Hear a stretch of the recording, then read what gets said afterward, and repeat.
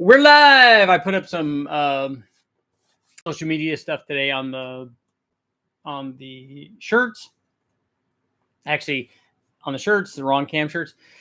Actually, talked my wife into using making a silly face and using a photo. It's pretty funny. But today we're talking about cross rams. That's where the X-wing thing comes in. We're talking about a cross ram intake manifold, and so I want to talk a little bit about why it works so well. It was very, very cool. It's something that my buddy Tom did, who used to work at West Tech, and he's done a lot of cool stuff. Very good fabricator, cool guy. Just a good guy. But he built this intake manifold, and he built it. The intake portion of it basically was set up to be able to run these, what are essentially EFI throttle bodies. So they look exactly like Weber carburetors externally. But inside they have injectors. And so the injectors spray into the intake manifold, and then you have individual butterflies for all of them. And I think that these are about, I think that they were 48, excuse me. I think they were 48 millimeters. I remember them flowing 300 CFM or something like that because they have a bell mouth, like a radius entry, an air horn kind of on the top of them. And they worked very well we tested them. I think we tested them on some kind of like a 6-liter LS2 base thing. And they worked very well. So we had a cam and ported heads and all kinds of things. This manifold actually worked very well. Made good power. It made very good average power and very good peak power. And one of the things, obviously, that we would talk about right away for any sort of intake manifold design is this thing being a cross ram, has runner length. So it's not an ultra short, like it's not a 3 or 4 inch runner length that people are often used for stuff, particularly for fitment and things. If you have to package it, that becomes a problem. The cross ram kind of helps that out because it lays the runners over. The problem with a cross ram like this, and this is something Tom ran into, is that packaging it means that, and this is, I think that, I can't swear to this, but I think that that's one of the reasons that we have the cathedral port head design is I think that they made the head port, I think that they narrowed it so that the intake runners would fit better, so that they would package better. So you want to have the intake runner be of sufficient size so you have enough flow. But the problem is if you make it round and you have, let's say you have 8 2-inch runners. Well, 8 2-inch runners stack right next to each other, because that's essentially what's happening on a cross ram, take up a given amount of room. Does that fit in the available space? And then you have to have on a factory intake manifold, you obviously have to have an external wall on there, a common plenum, a mount for the throttle body, all the provisions for various, sensors and vacuum lines and provisions for power brakes and all that stuff. So you have to have all that stuff. So it like I said, the real estate is is at a premium there. I know, having built many custom intake manifolds, that's one of the issues that you run into, is that if you're trying to make something, I just lost my microphone. If you're trying to make something of a specific size, I've got to go ahead and try to put this thing up. You run into problems with being able to fit it in the available space. Wow, let's see. This is kind of jacked up here. So having to do some, handyman stuff here. So that represents a problem. Like, the available space is definitely a problem. So I'm going to go under here, back down, and we are ready to go. So being able to stack those, and particularly if you look at some of them, like I remember doing the modular Ford stuff, the bore spacing is a lot closer on a modular Ford. So the number of runners that you can make of a given size, much less on that thing. Luckily, that motor, most of those motors wanted smaller runners anyway, smaller than we would use on an LS. But I think that's why they did what they did on the cathedral port stuff. Let's spread that rumor, just see if it's accurate. But and so my point is getting to all of this is that when Tom designed this manifold, that's one of the things he had to overcome. And you have to do that basically if you're using round ones and then transitioning into the cathedral port, which is what we did. When I say we, I mean him. They had to kind of flatten the runner, when they were adjacent to each other. So they had to smash those down a little bit. Quite honestly, if it's done correctly, and especially if you're doing it where you would start transitioning to that shape for the head anyway, going from round, because these things have to have that sort of round opening to mate up to these dual 48 millimeter Weber-ish throttle bodies of a given port spacing, because the Weber itself is a specific size. And so the intake manifold has to mate up to that where those are. You can't change, you can't make it narrower, because it is what it is. So all the runners have to go from where they are on the head up to this and mate up to that. And so you have to, pinch those down and transition them and reshape them and stuff, which Tom did a very good job. And the thing worked very well. And so it has a lot of things going for it. And these are the kind of things I want to talk about. One of those, obviously, is that we have an individual throttle for each hole. So a lot of guys like the throttle response, the instantaneous throttle response. So like if you whack, if you rev the throttle, it revs up really nicely. Some guys want to know how quickly the motor revs. I don't know what a free rev tells you, but maybe there's some correlation with something. And so having the throttles down closer to the valve, we can argue that it makes it more responsive. So that's cool. I mean, it just looks cool because it's a cross ram. And so it has a visual appeal, like right off the bat. That's the first thing that you notice about it, obviously, because it's a visual statement. So it looks cool. It does perform well. It flows enough and it makes enough power, and it has a combination of flow and runner length, so that it not only makes good peak power like most of the kind of short runner stuff would, but it also does good average power production because they're long enough to actually be effective in the RPM range where most of these things would be running. If you're making a short runner one and you want to make it, be really effective at 8,000 RPM, you can do that. But if you want it to be effective from 3,000 to 6,500 or thereabouts, you're going to need more runner length to do that. And it does that. The one thing I want to talk about is if we look at that intake manifold, and this is something that's not immediately evident. And the reason that it's not immediately evident is because it's hidden inside these are EFI throttle bodies. The injectors are hidden inside where the emulsion circuitry would be normally be for these Webers. I've run Webers on side draft Webers on a lot of stuff, DCOEs, on lots of inline 6-cylinder Nissan stuff. I like it. They sound good. They look good. They're really, really cool. Makunis and Delordos and all those very, very, very similar things. And so they work very well. And this is like that. And that, again, from a coolness standpoint, they're very cool. But hidden inside there are injectors. And so the injectors spray fuel into the intake manifold.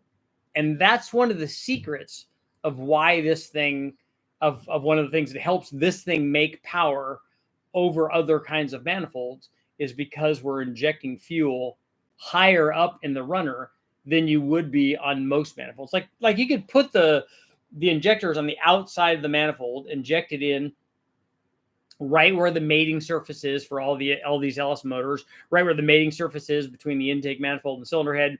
You're essentially ejecting it right. Got a lot of guys, you want to inject it right at the back of the valve. Okay, wherever you decide that the ideal situation is for whatever it is you're trying to achieve, that's all well and good. But injecting it like right into the combustion chamber gives it minimal time for charge cooling. Well, injecting it here up in the throttle body before the intake runner length, for the length of intake that Tom built for this combination, adds additional power. And it can be, notably significant. I mean, I did a test where we ran injectors on the outside of the throttle body, definitely added power. I haven't done that again on like a larger V8, which I want to do.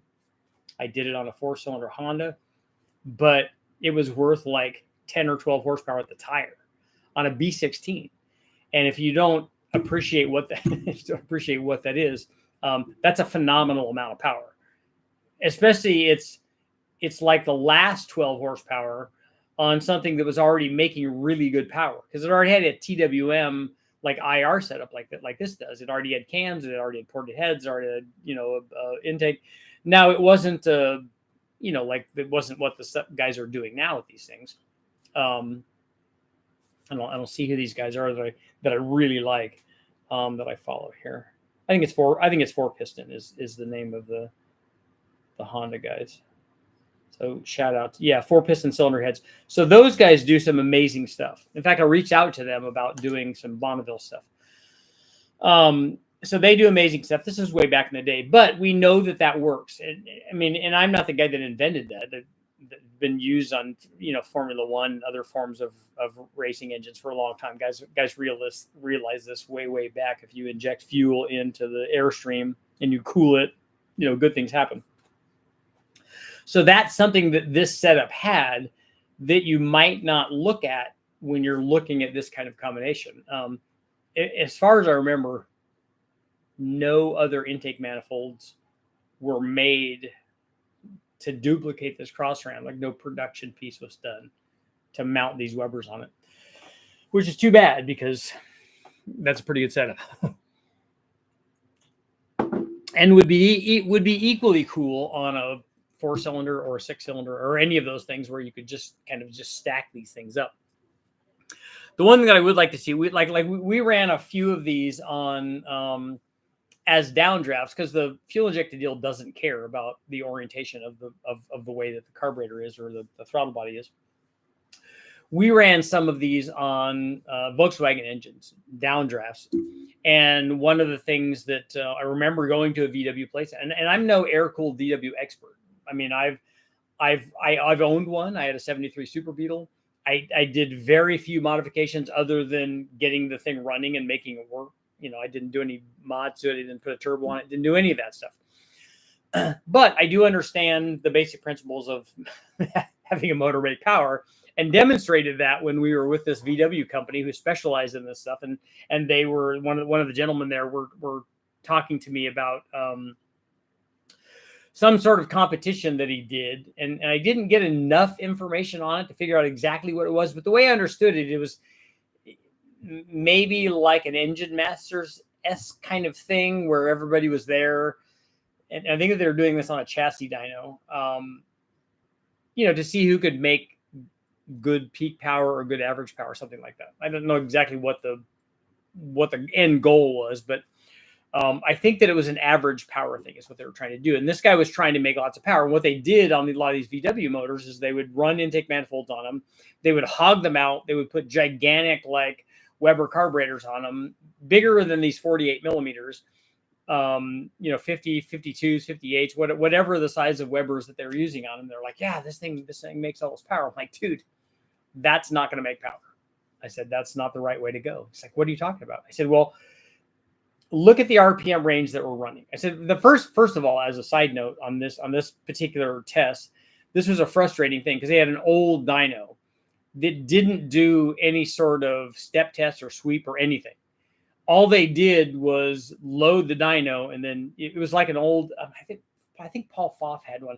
Can't remember if it was a Landon C or a Stuska dyno maybe, but basically what they would do is, and on these air-cooled motors, they were afraid to load them for any like significant period of time because of cooling for these things. So it wasn't like they had a water-cooled deal for the dyno where we run the motor and it's nice and cold and it will run sweeps and even do endurance stuff. They weren't liking that at all in these air-cooled motors.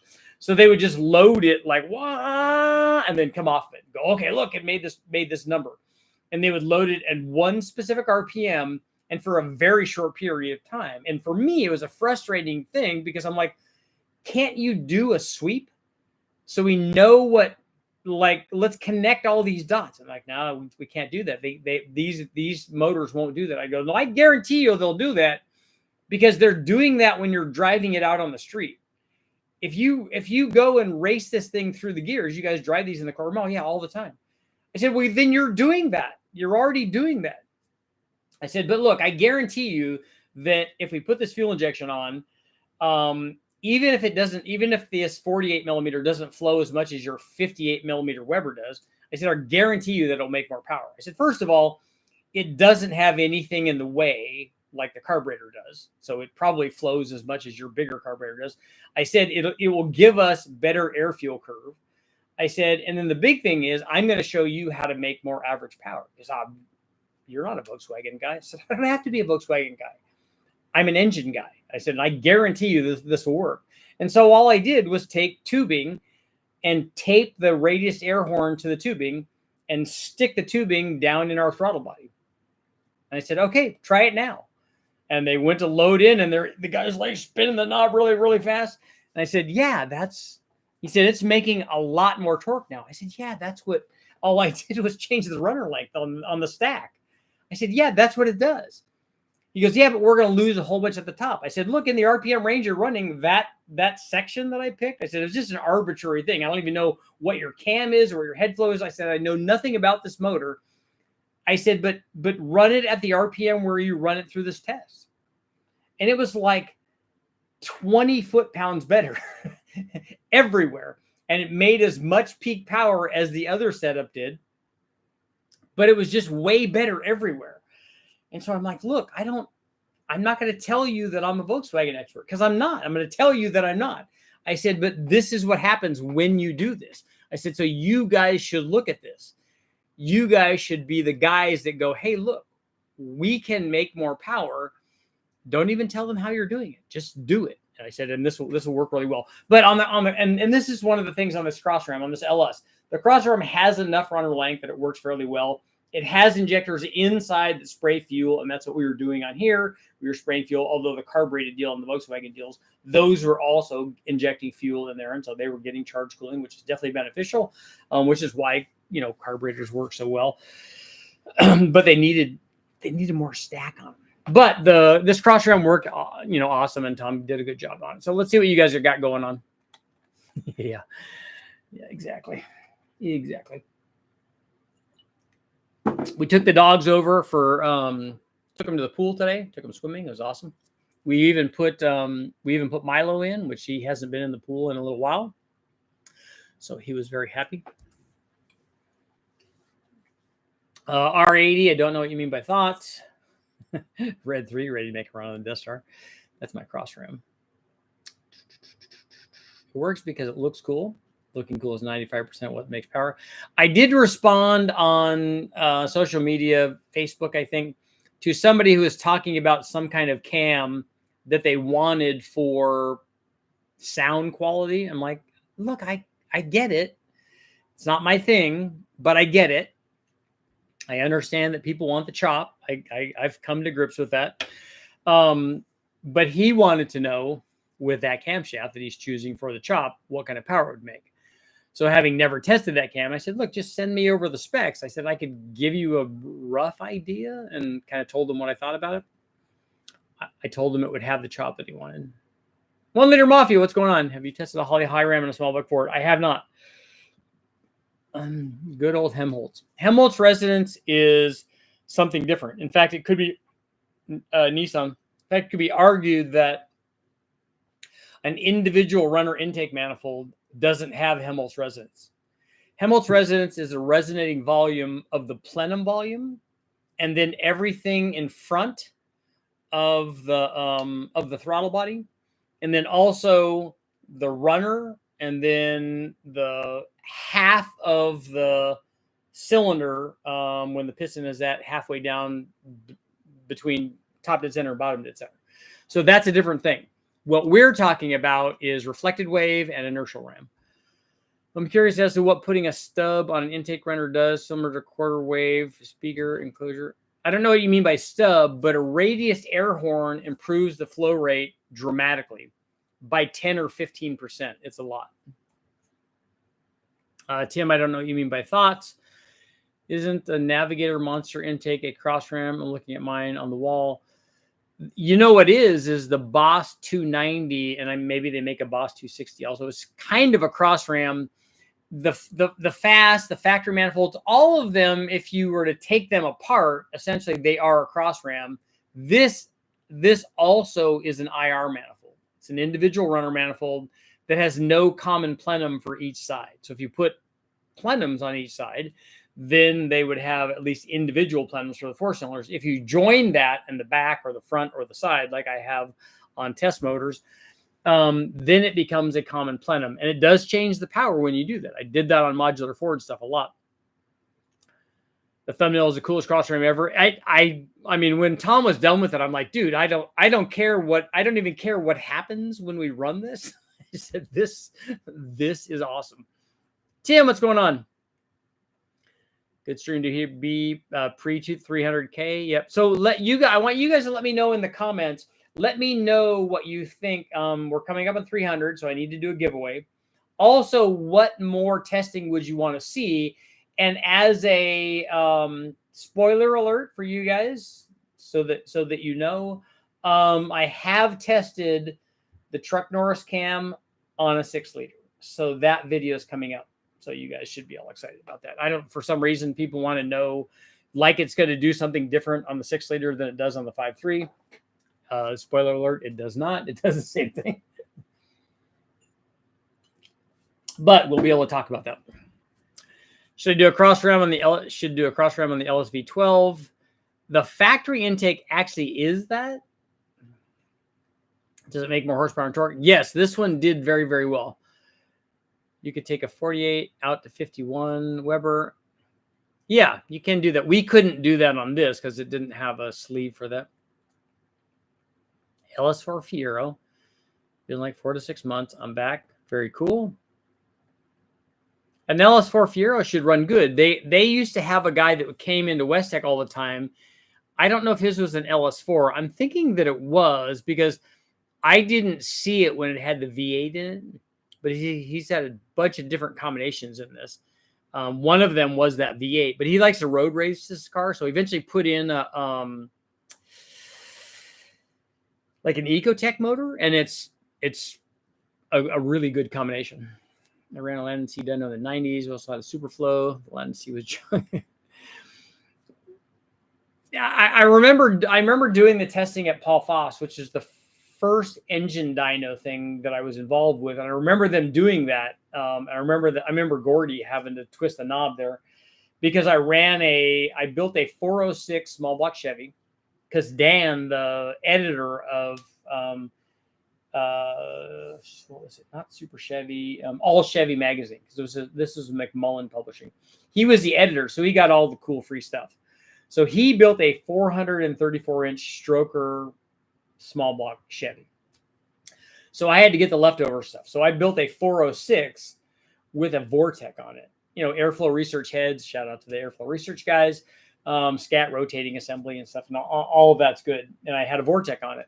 And I remember first putting it on there and us getting it like dialed in, and they loaded into the thing, and they're like, whoa, whoa, whoa, whoa.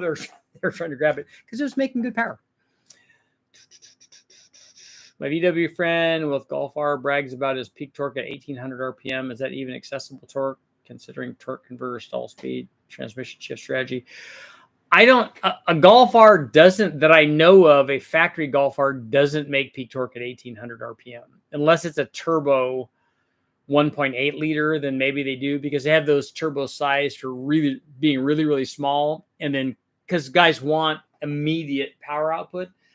But is the Golf R a VR6 or what is it? Also, it's hard to go. Let's see.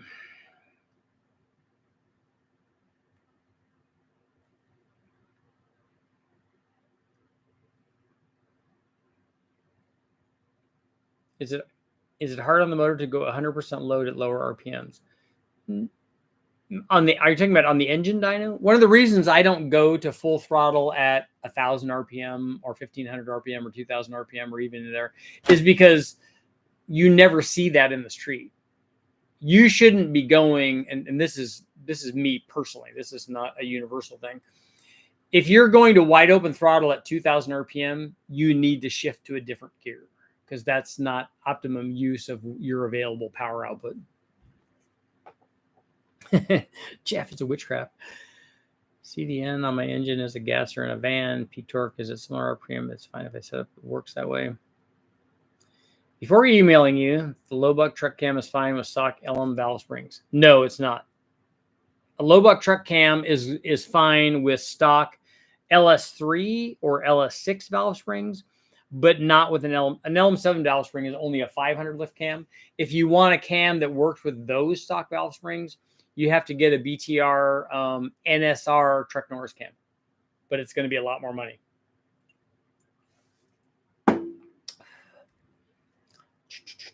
Yeah, get that chop. Modern gas vehicles will retard timing and avoid knock when going full throttle at low RPM to avoid damage. So that's also fine. I don't know about diesels. Yeah, if you have a combination that's running on the knock sensor and you get detonation, it will just retard the timing to get rid of the detonation. So you're not getting the power because you don't have the available octane. I want to see some 2-barrel tests, larger Rochester 2-jet carbs, and a Holley 4412s. I've done a lot of 2-barrel testing because I did a lot of things with a guy that was helping out doing a 2-barrel circle track motor. So I've done some of that stuff. I saw that it was the Howard Radler cam. That's right. Been watching a classic car review channel called What It's Like. Man named James. It's a very good job. Very cool. I'll have to check it out. Looking at K-Tech on the L83 head, they say leave the ports alone. They only do chamber work and valve job. Every other company seems to have no problem with CNC intake and exhaust porting. I've seen guys do lots of porting on the L86 and LT1 heads. I don't know about the L83 heads. I've talked to Brian about that a couple times. They have done a couple of ported versions, and you definitely improve the flow by porting an L83 head. Is it worth it to upgrade to ARP head bolts versus stock? Another stock or torque to yield. You don't need to do that on an NA motor, and you don't need to do that on a low boost turbo motor. Otherwise, whenever we run boost on anything on the engine dyno, because we're going to run more than whatever the low boost is, I always put ARP stuff in. I love the guys at ARP. They make a really good product, and I never have to worry about it after I put it in. Green bass. Okay, Richard. Oh, here we go. My brain has waves in it. Say you have a 9-foot tube. Resonates at 30 hertz. Choose one end and play speaker at 3-foot down tube. Now it won't null out at 90 hertz. Instead, we'll play 5 to 6x. See, I don't know anything about what you're talking about on speakers because I don't do any testing with that. What I can tell you and what I've demonstrated time and time again is when we run runners, when we make intake manifolds with different runner lengths, they make power at different RPM ranges. And the reason that they do that, there are multiple things that affect how an intake manifold, what it does in terms of the power curve. So one of the things is flow, and that's what a lot of guys like to focus on, but that's not the critical thing.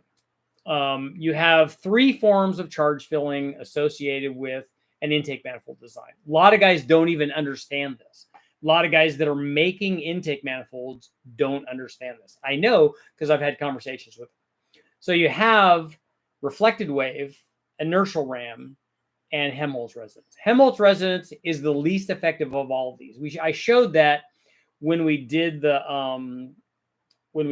big Keglidon thing. So it made a giant effective plenum size, and it had almost no effect on power.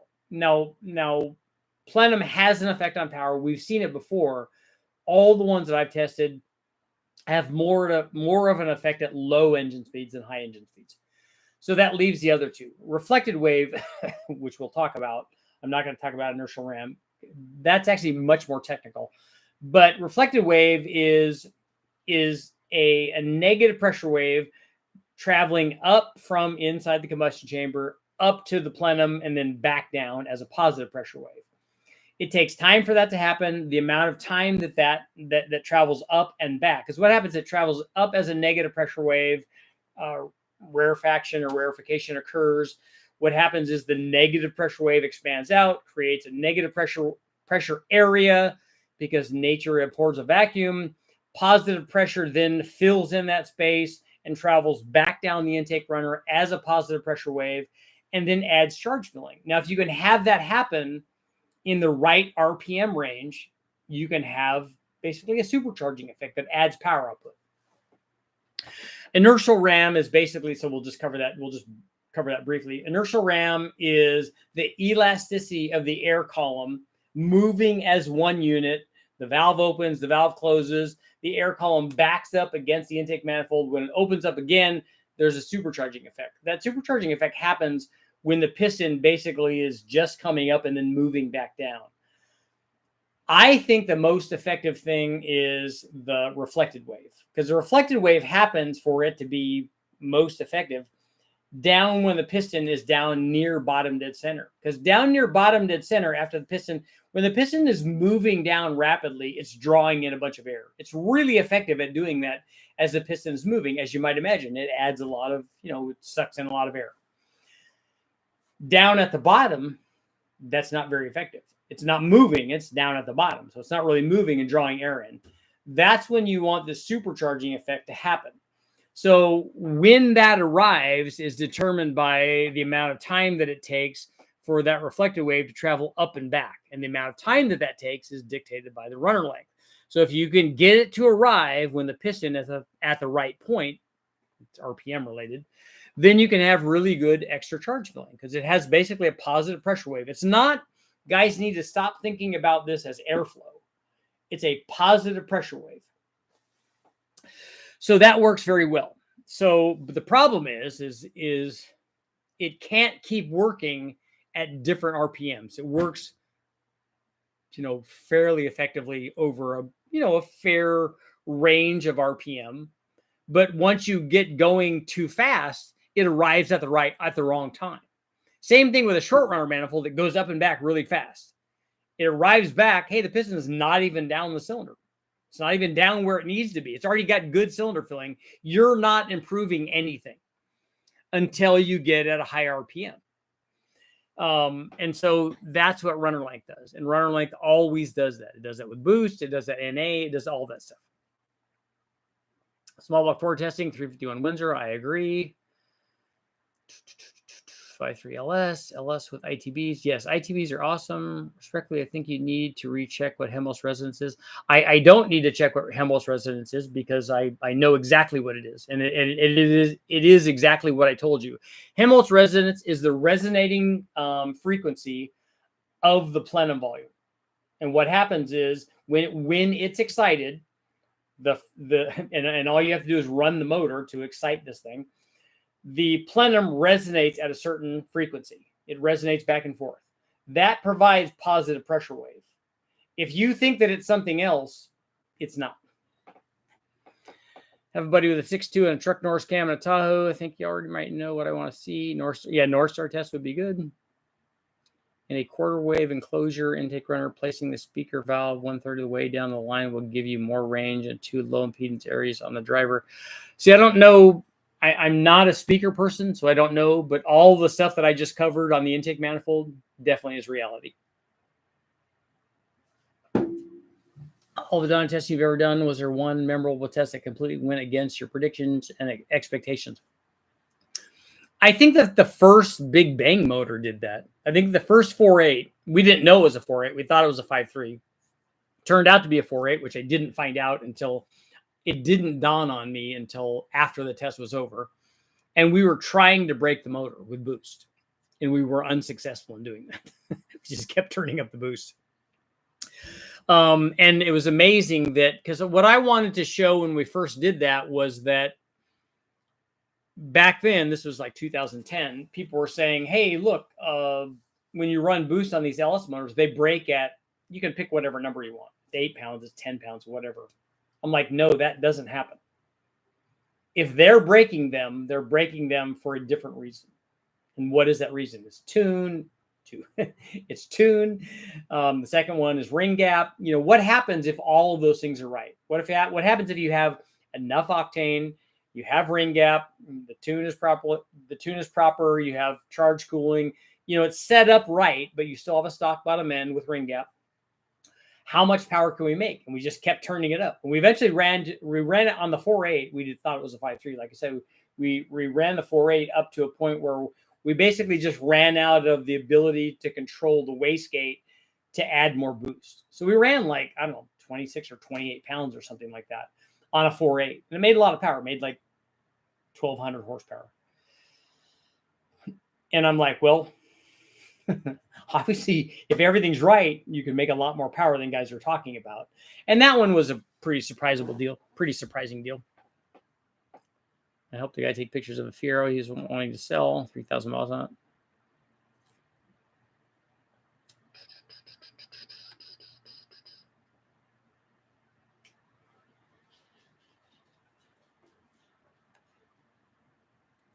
Scrolling.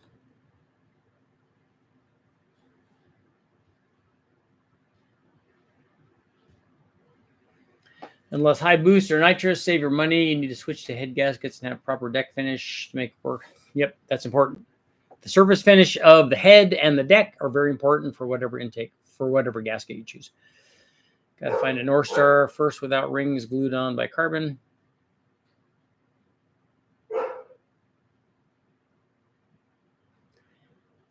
Any testing on big block Cleveland heads, base, small blocks? Others have made 1,000 horsepower NA on a Cleveland headed deal. It seems like a lot. I'm not interested in doing race motors, so that sounds like it would be like a race motor program. Golf R is a turbo 2.0 liter. Okay, so that the VWs are notorious for having a really, really high torque output at a very, very low RPM. And they're very good at that. And what normally happens is they have a very high boost and stuff, and then they taper the boost off as RPM goes out. Testing a 59 to 66 Pontiac Tri-Power versus a 750 Quadrajet, 68 to 72 Pontiac V8 issue versus 750 CFM 4150 Holley double pumper on a 400, 421, 428, and 455. I have a 400. I have a 350. I also have a 347 Pontiac. I can't believe I have 3 Pontiacs. Hey, community, my LS157 has the truck Norris cam, 87 street tune. After I get the drive shaft support bearing and AC fix, I intend on towing, hauling, NA for now. My question is on the next reply. We'll see what that is. Testing original Oldsmobile J2 Tri-Power or 66 Oldsmobile 442 400 Tri-Power. I plan on running a Tri-Power on the Pontiac. The 347 that I have, which is like a 57, I think, was available with a Tri-Power. I want to run the later Tri-Power because the 350 that I have and the 400 are both 69 and up. Regapping my Autolite 3923s from 32 to 28 on a piece of wood sitting on a couch. Dude, don't be degrading yourself. If you're changing the gap and you're doing it for boost, don't go down to 28. Go down to 20. It's not going to hurt anything. It's going to be better. Does a stock LS7 benefit from an aftermarket cam and a first-gen Camaro? Or should the factory cam be fine? That's because it's already a big cam. A factory LS7 is not a big cam, and a factory LS7 will pick up a ton of power from an aftermarket camshaft. Always community intended on revisiting tuner to change shift points and get a max safe tune. I'm contemplating on just using mid-grade 93 to pump. It has 25-pound injector. Should I go to 36-pound units? Did you put a cam in it, right? I don't think 25-pound injectors are going to be enough for a cammed 6-liter if that's what you have. Gen 2 LT1 peak torque is 2,400, so it's best to go wide open throttle before that. A Gen 2 LT1 peak torque, I would be very surprised if it's only 2,400. I think it's higher than that. All the ones that I've run have been higher than that. Love it all. You've done a lot of good LS3 stuff, but that's all I like to see. So maybe more LS3 tests. I do have lots of LS3 stuff up. On an intake like the Cross Ram, is there an advantage of having an expansion chamber change in volume size in the ITB? So you want to make the runner change diameter or something? I don't think that that's going to be a good idea. If you want an expansion chamber, that should be before the runner. That's just called the common plenum.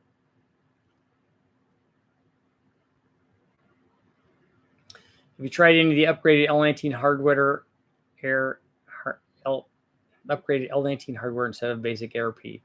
Do you mean from a different company? Is the L83 with the 217 cam, L86 intake, and throttle body a reasonable street combo? Yes, it is. You are going to have a converter issue with the 217 cam.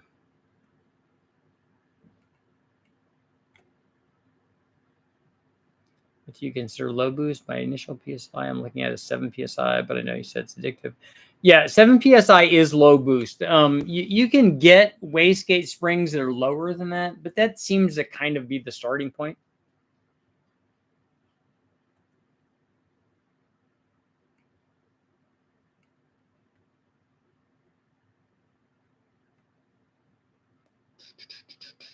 For the injector question that's out there, I have no problem putting bigger injectors than you need.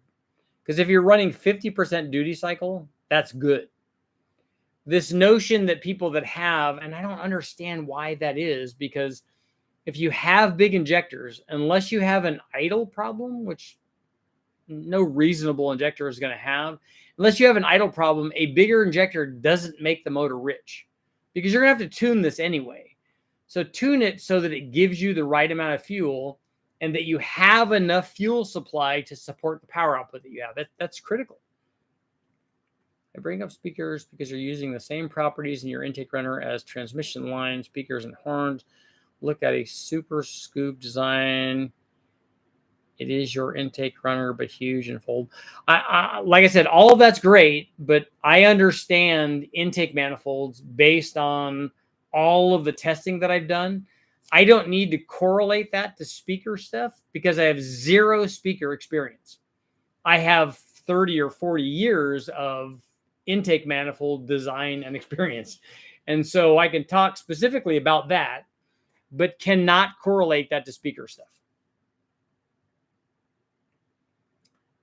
Tim Webb, connecting rod sees highest load on exhaust stroke blowdown. Actually, secondary is when the piston changes direction, TDC and BDC. You've heard BDC is a problem, actually a ultra high RPM. Yeah, snatch loads are bad for connecting rods and connecting rod bolts.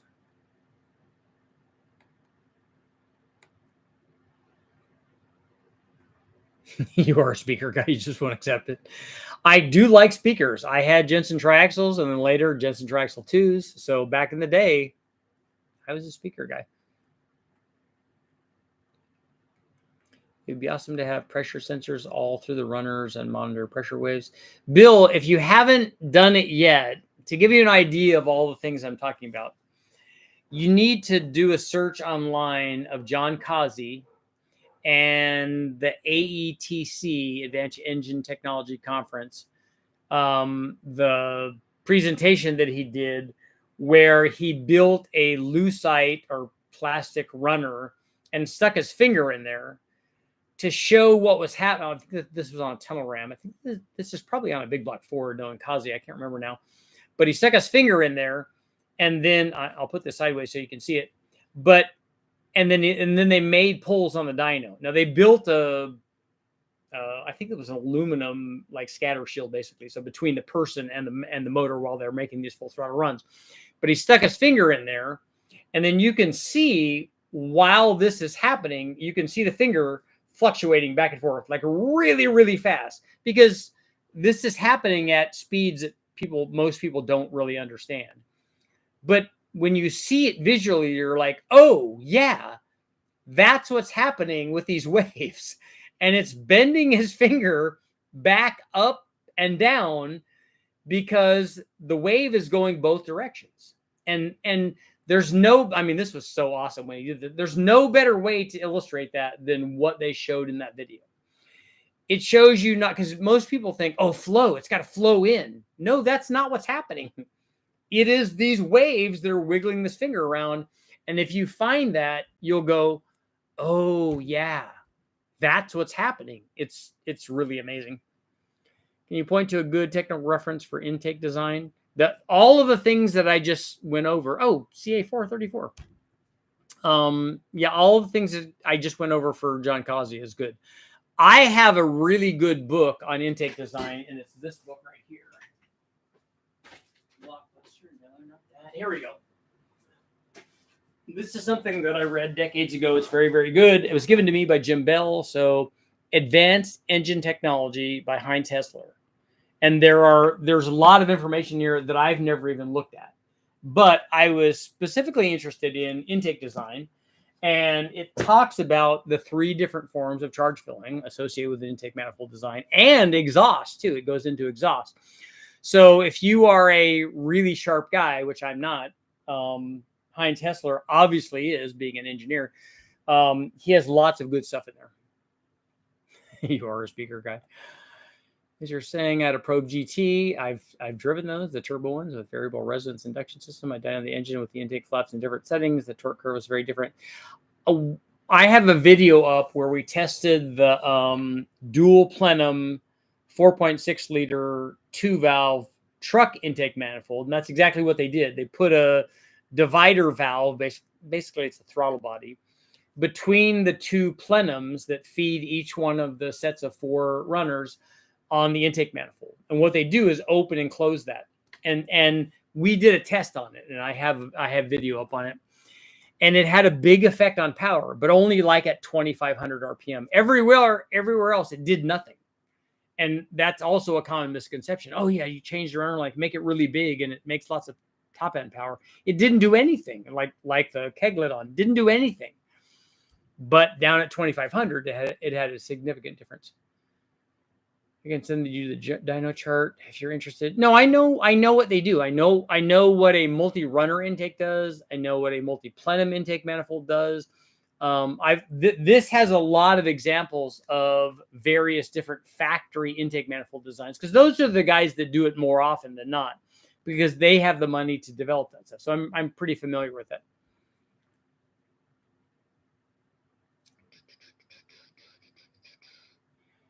Do you have any poly 318s? No, I've not done a lot of Dodge stuff. I have some 360 stuff up and some Magnum stuff up, but no poly stuff. I love when the keyboard warriors tell you what doesn't work, when it's obviously they copy the sloppy build and download a tune.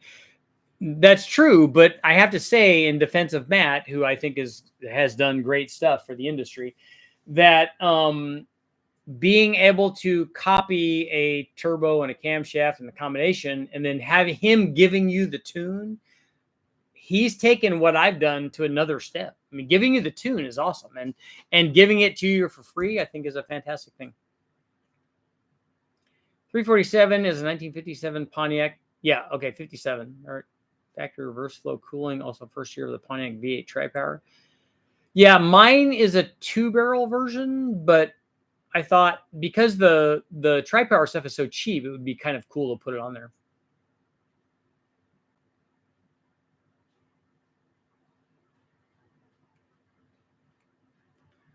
Five 7-liter is stable on the 25-pound units, but to squeeze the max output of cam is why I'm asking.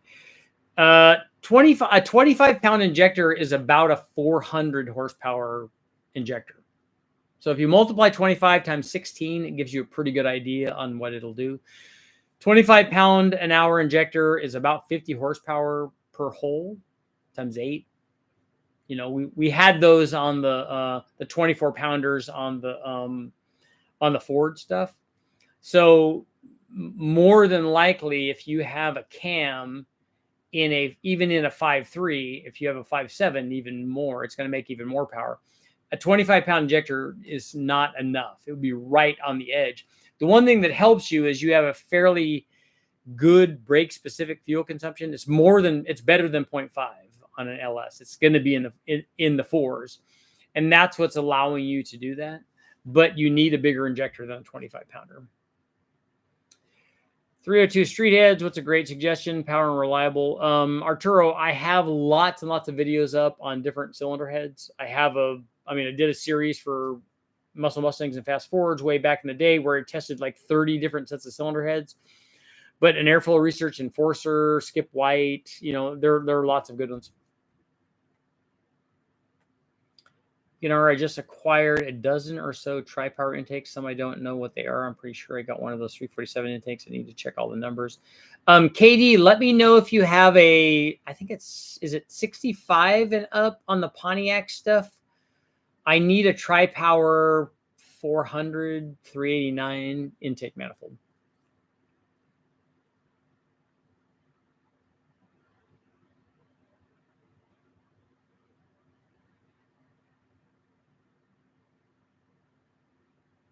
The tuner make it idle at 680 and it runs smooth. Yeah, it should. With a 25-pound injector, they should have no issue getting idled down there. What's a snatch load? A snatch load is when the rod changes direction. TDC is much worse on a snatch load than bottom dead center is.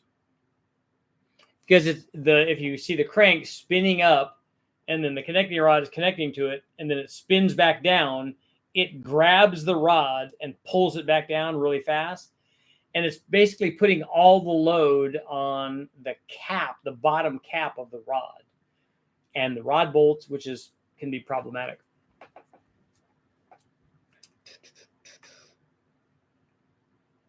ARP 2000 is strong. L18 is going to 8,000 RPM.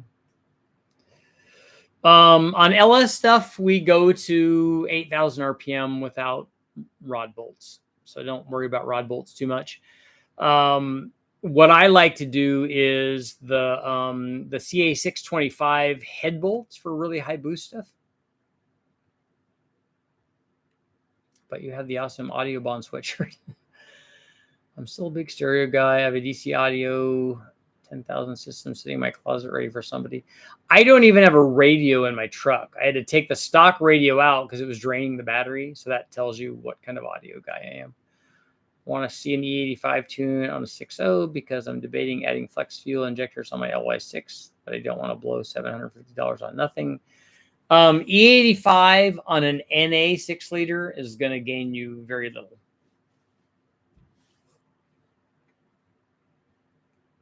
On a boosted cross ram, twin turbo setup, is it necessary to have a tube to equalize the boost between the two banks of intakes? I would say it's not necessary. I would say it's beneficial. But like on a cross ram that I have up on the thumbnail, you can't do that. You have to have common plenums on both of them. 1957 347 is what I would call modern Pontiac V heads. V8 heads, 59 intake ports grew bigger. 347 was fast back in the late 50s, I was told. And in 57, they also had a fuel-injected version of that. CA434, can you post the ISBN number? Let me see what that is.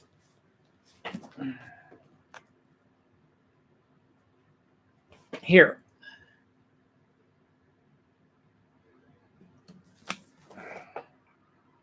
ISBN is 1-56091-734-2.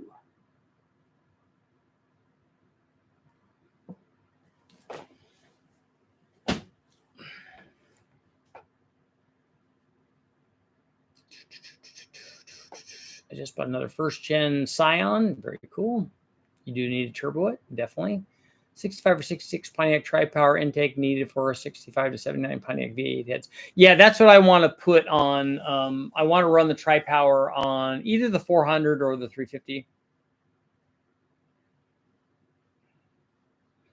I did a search on eBay and found lots of like 64 and earlier stuff. Not as many 65s. I do have a few 2-barrel like 2G Rochesters. The piston spends much less time at top dead center than bottom dead center. A couple of intakes were marked as small like Chevy, but there are 348, 409 tri-powers. Oh, very cool. I would love to have one of those. I'm running Deca 80s on a 5.3. It's not a problem for drivability, but it's hard to maintain an air-fuel ratio at idle because they don't have very good offset data. I just let it run rich and it works. Cool. I would thought a Deca 80 would be fairly standard by now. Stock radio. I don't even have a stock radio in there. That's what I had in there, which I listened to almost never. And I had to take it out, like I said, because the radio went bad and was draining the battery.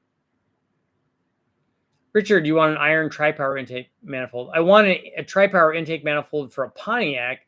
If you have a 65 and up one, that would be great.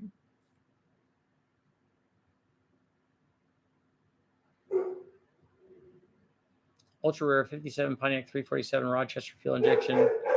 Find one. Oh, 50 grand. Yeah, no, I know that they were very, very rare. What intake should I put on an LS4? The problem with the LS4 intake manifold is there are lots of intakes that will bolt on there, obviously, and everything is going to be better than the LS4. I just don't know what fits with your front accessory drive assembly. I have a 6.2 LS oil pump that produces 31 psi at idle. Is this normal? The oil pressure is a function of how well the pump is working, and then also what the engine is. So, like, do you have lots of bearing clearance? Do you have external oil filters or coolers or turbos or all of that stuff?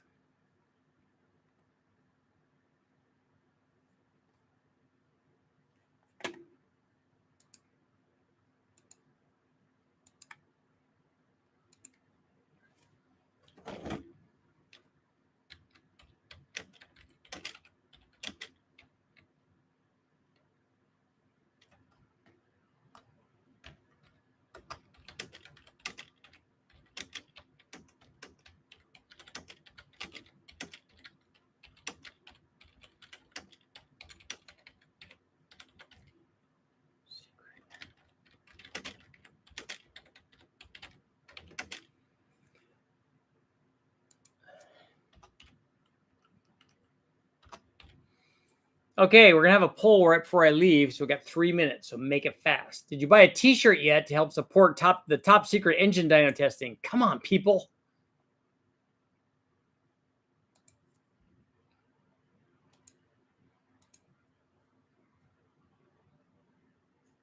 Well, I will go with the L59 36 pounders before I do the dyno street tune. Need to build up cash again. Yeah, if you have flex fuel ones or whatever, those will work good. A 36 is more than enough. That'll support a lot of power. I'll tell you how much.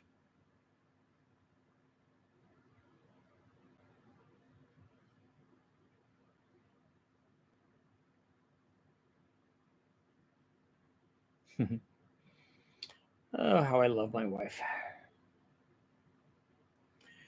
36 times 16, 576 horsepower. You're not making that much power, so you're good.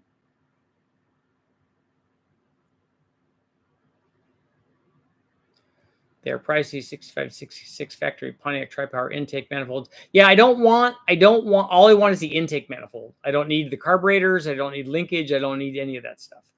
All I need is the intake manifold, and they're like $300 or something.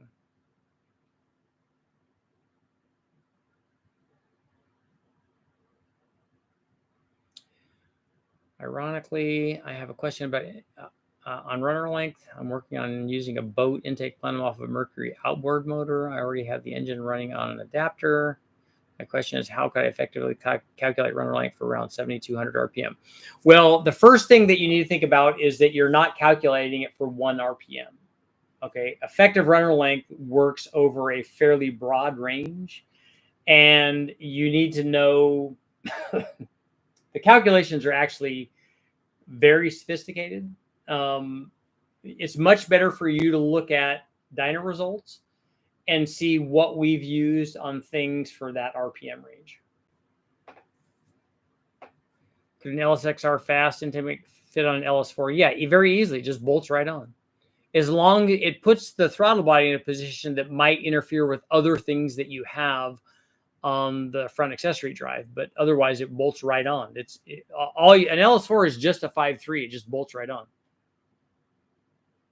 Where can we order t-shirts? Go to my email.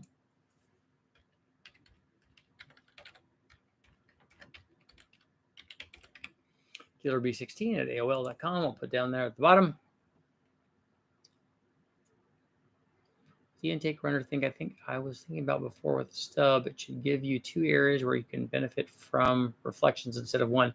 You won't get a reflected wave happening at 2 positions. You'll only have it happen at 1 position. I have a 6.2 LS pump that produces 31 PSI at idle. Is that normal?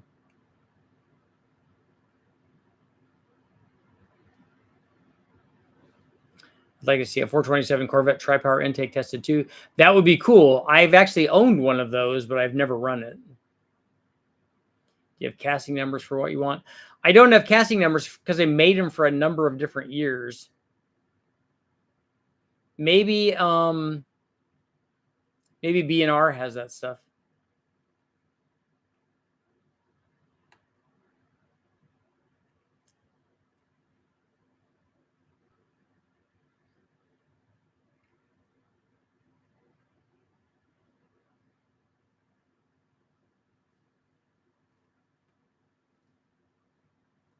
Just got home from work, and yes, I bought a t-shirt, Michael Blacktree, in the house.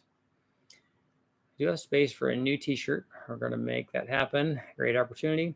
And I have from large to 3X, both in red and blue. In fact, I just sent one over to, this is how I know I'm growing up. Sent one over to Freiburger and sent one over to Brule.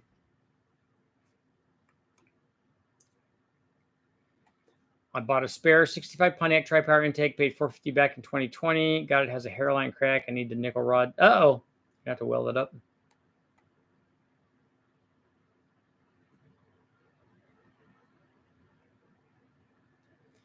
I have a complete 65 GTO tri-power bought in 87. Still have it. That's good. That's probably worth some money if you have all the linkage and everything.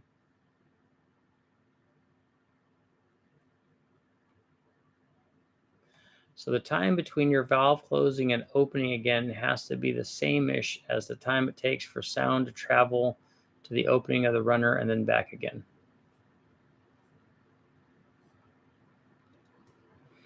Well, the time that it takes for the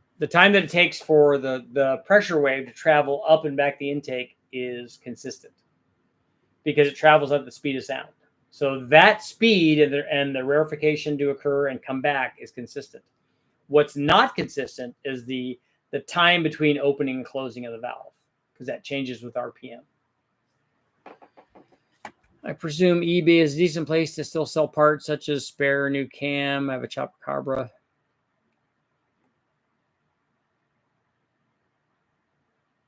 The engine platform is a 2GR FE. No, but wise guy, what you should look at if you're wanting to make power at a specific RPM is take a look at other similar displacement motors, like I would look at Honda for that kind of RPM, and see what kind of runner length they're running.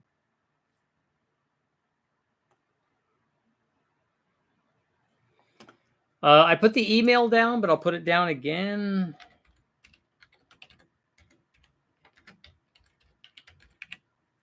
DLB16.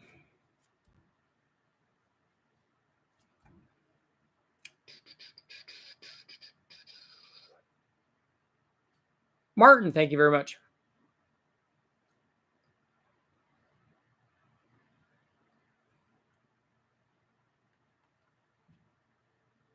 Testing a real DZ302 factory cross ram. That's very cool. You have one, or you want me to test it? I don't have any of those, obviously.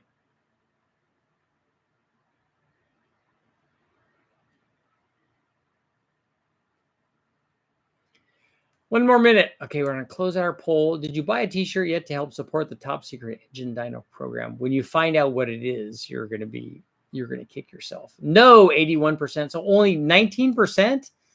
Dude, man, come on. And on that note, guess what? Yo, Joe Boo needs a refill. Tell me what movie that's from. And on that note, it is time to go. A DZ302 cross ram, 15 grand. I'm sure it's a lot, especially if you have the carburetors and linkage. Although somebody did send me an L83 cross ram linkage, so I'm going to test that versus a TPI. And on that note, Sean,